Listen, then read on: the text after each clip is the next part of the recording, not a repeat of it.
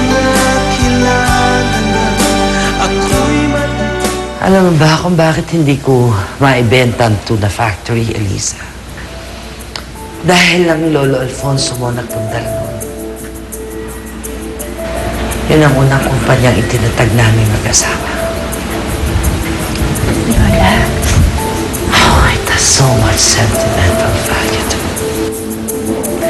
Para bang pag binitiwan ko ang kumpanya, para bang binitiwan ko na rin ang alaala ng aking asawa. pero Lola, No. kung masisi... Ayokong ibenta yun! Huwag niyo akong pilitin! Hindi ko yung kaya. Hindi ko kaya, Elisa. Hindi ko kaya.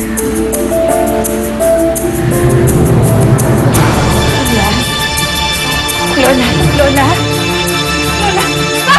Papa! Lola! Bakit? Papa! Si Lola!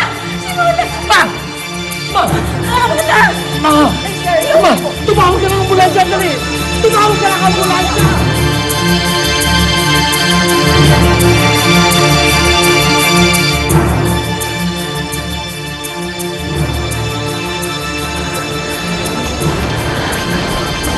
Dok, gusto na ako mama. Amanda is stable as of the moment. Pero kailangan mag-angiogram to determine kung ilang ugat ang nakabara sa puso niya. Then, angioplasty procedure ang susunod natin. Kung hindi natin gagawin yun, malamang lalo lumala ang sitwasyon niya. Dok, gawin niyo po ang lahat para mailigtas ang lola ko. Don't worry, the cardiac surgery is on the way na. Pero may mga paperwork tayo kailangang pirmahan.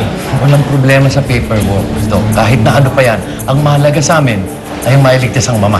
Okay, sumunod kayo sa office ko.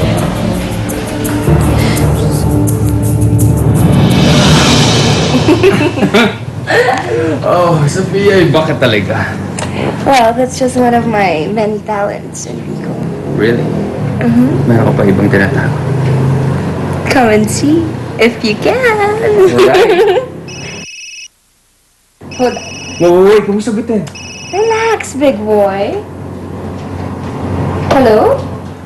Sophia, may masamang nangyari sa lola mo. What happened? She just suffered a heart attack. Andito kami ngayon sa medical and I think she's going to need an angioplasty. Ano nangyari to? Ewan ko, ay baka siguro nung malaman niyang sasara natin yung canning factory, sumama ng todo ang loob yung kanya inatake. Oh my God. Sige, Daddy, tingin mo. Pupunta na ako dyan. What's wrong? Sophia, kanina you so worried. Ngayon naka-smile ka. Inatake si Lola sa puso. What? What's going on? Inatake na nga lola mo sa puso. You're smiling? Enrico, matagal ko nang gustong namatay si Lola. She deserves to die with everything she's done with me and my mom. Sana nga mamatay na. Sophia, iba ka talaga.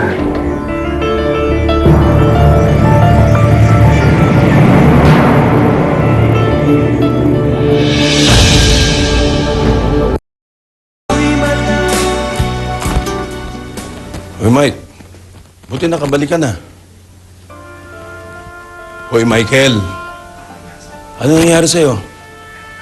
Meron bang problema? May nagawa ho ako eh. May nagawa akong kasalanan kay Elisa. Sinasabi ko na nga ba eh. May nangyari sa inyo, Giselle? Ano? Ano? Alam mo, buti na lang hindi pa ako natutulog at nabasa ko yung text mo.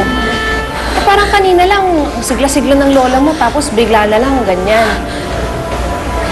Elisa, okay ka lang ba? Kasalanan ko lahat ng to eh. Kasalanan ko kung bakit nagkaganito. Elisa, Kung hindi dahil sa akin, hindi magkakaganito. Naku, Mike, dapat hindi umabot ng ganyan. Hindi ka dapat pumatol sa kanya. Wala naman talaga nangyari, Manny Jun eh. Naghalikan lang kami. Pero pinigilan ko. Hindi ko tinuloy. Hindi mabuti naman kung ganun. Pero kung tutuusin, Galing mo, ha? Kung ibang lalaki yun, hindi na makakapagpigil yun. Kung isipin yun. Pero nagigilty ho ako eh. Sus ka naman, ganun talaga. Gagawa-gawa ka ng kalokohan. Eh, alam mo, pamilyado ka na. Alam mo, bato ka na lang kapag hindi ka na nakonsensya.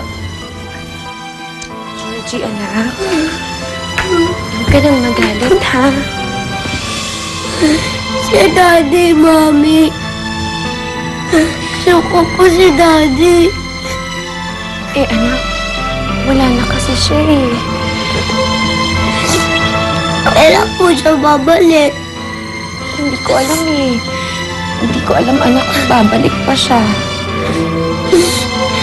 Mami, sana hindi niya na po sa akin nakilala si Daddy. Ayoko sana manghimasok pero huwag mong mamasamain, ha? Kasi anak na ang turing ko sa iyo, eh. Bata ka pa lang, nagdadrive na ako sa inyo. Tsaka, Teka, Manay.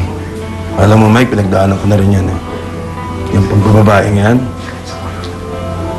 sakit sa ulo yan. Pag minalas-malas ka pa, mawawala lahat sa iyo yan, pati mga pangarap mo. Kaya, iwasan mo yung Giselle na yan. Paano mo yung bata? Mami, ayoko na po talaga, Mami. Anak, ano ka ba? Ako na. Huwag mong sabihin yan. Makakasama sa'yo yan. Ano ka ba?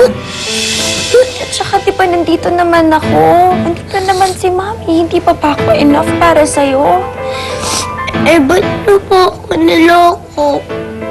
Ba't po ako iniwan ng Daddy ko? May sakit yung bata. Nakakaawa. Alam kong napalapit na yung bata sa'yo, pero... Alam mo, Michael, lalaki din ako. Maganda niya si Giselle. Alam ko hindi lang yung batang binabalik-balikan mo doon pa sa bahay niya, eh. Anak, hindi naman kita niloko eh. Kaya lang kasi masyado ka pang bata. Hindi mo pa maiintindihan kahit na i-explain ko pa sa'yo. Bakit? Hindi na po ba ako lalaki? Mamatay na po ba ako? Ano ka ba? Huwag mo ang sinasabi yan. Di ba ginagawa naman natin yung lahat para gumaling ka? Ayoko na po gumaling kung hindi po tayo mabubuo. Ayoko na po, Mami. Gusto ko na po mamatay. Huwag sabihin ng anak. Huwag sabihin ng makakasama sa'yo. Tama. Gusto ko po si Daddy.